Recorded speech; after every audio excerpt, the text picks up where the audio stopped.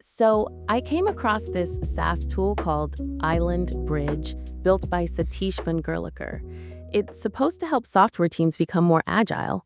Have you heard about it? Yeah, actually I have. It's based on something called the CISO framework, right? What's the main idea behind it?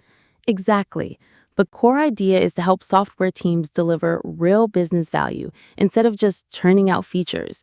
It seems to be designed specifically for teams who want to avoid becoming a feature factory. Interesting term, feature factory. I guess that's when teams just pump out features without really understanding the impact or the why behind them. Precisely. And that's exactly what islandBRIDGE tries to solve. It starts with something called a vision canvas, which helps product managers clearly articulate the why behind what they're building. So it's like a structured way to keep everyone aligned on the bigger picture. Yeah, exactly. And then there's this dashboard for business value, which tracks how effectively the team is delivering actual value to the market, not just ticking off tasks. That's crucial. I mean, I've seen teams get lost in the weeds, focusing on tasks and losing sight of whether they're actually making an impact. Right. And speaking of visibility, islandBRIDGE also provides clear insights into the progress of individual user stories, as well as the overall big picture progress.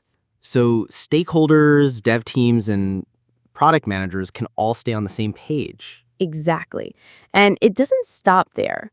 It also includes roadmaps that help everyone, dev teams, stakeholders, and even the market, understand what's coming next and why. Roadmaps are tricky, though. They can quickly become outdated or disconnected from reality. How does islandBRIDGE handle that? Good point. It seems like islandBRIDGE emphasizes shorter feedback loops through something called voice of customer. This ensures the roadmap stays relevant and responsive to actual market needs.